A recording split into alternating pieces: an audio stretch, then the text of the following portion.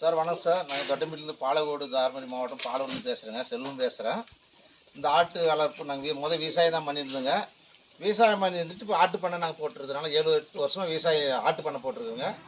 ஆட்டு பண்ணனால நம்ம கேவிக ஆஃபீஸ்லேருந்து எங்களுக்கு இதெல்லாம் கொடுத்தாங்க, ஐடியாவெல்லாம் கொடுத்தாங்க. இப்படி செய்யணும் முறையெல்லாம் கற்றுக் கொடுத்தாங்க.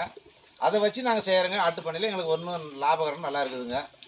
எங்களுக்கு ஒன்றும் பிரச்சனை, நல்லா குட்டி வளர்க்குறதுக்கு நல்லா அது இந்த பூ வந்து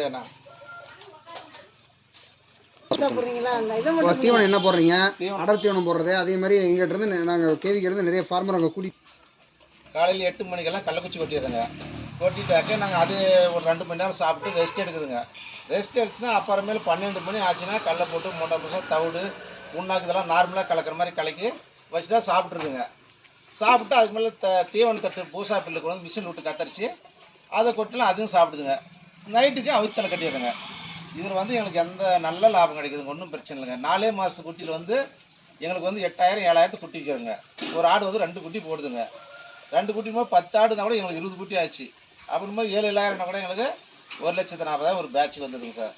அதனால் எங்களுக்கு நல்ல வெற்றிகரமாக இருக்குது லாபம் சார். இந்த மாதிரி அக்ரிகல் படிக்கிற பசங்களெல்லாம் கூட கூப்பிட்டு வராங்க. மீதி ஃபார்மாலிட்டி நிறைய பேர் கூப்பிட்டு வராங்க. அவங்களுக்கும் நாங்கள் எடுத்து சொல்கிறேங்க, இந்த மாதிரி என்னென்ன செய்கிறேங்க, எப்படி வளர்க்குறேங்க, இந்த முறையெல்லாம் நாங்கள் சொல்கிறேங்க. அதனால் இதை பார்த்துட்டு போய் நிறைய பேர் போட்டிருக்கிறாங்க. இப்போவே செமினார்த்தை கூட இப்போ நான் ரெடி பண்ணிட்டேங்க. அந்த மாதிரி நிறைய பேர் பார்க்குறாங்க, பண்ணுறாங்க. எது டவுட் ஆனாலும் வந்துடுறாங்க சார், வந்து கேட்டு போகிறாங்க, நல்லா பார்க்குறேங்க.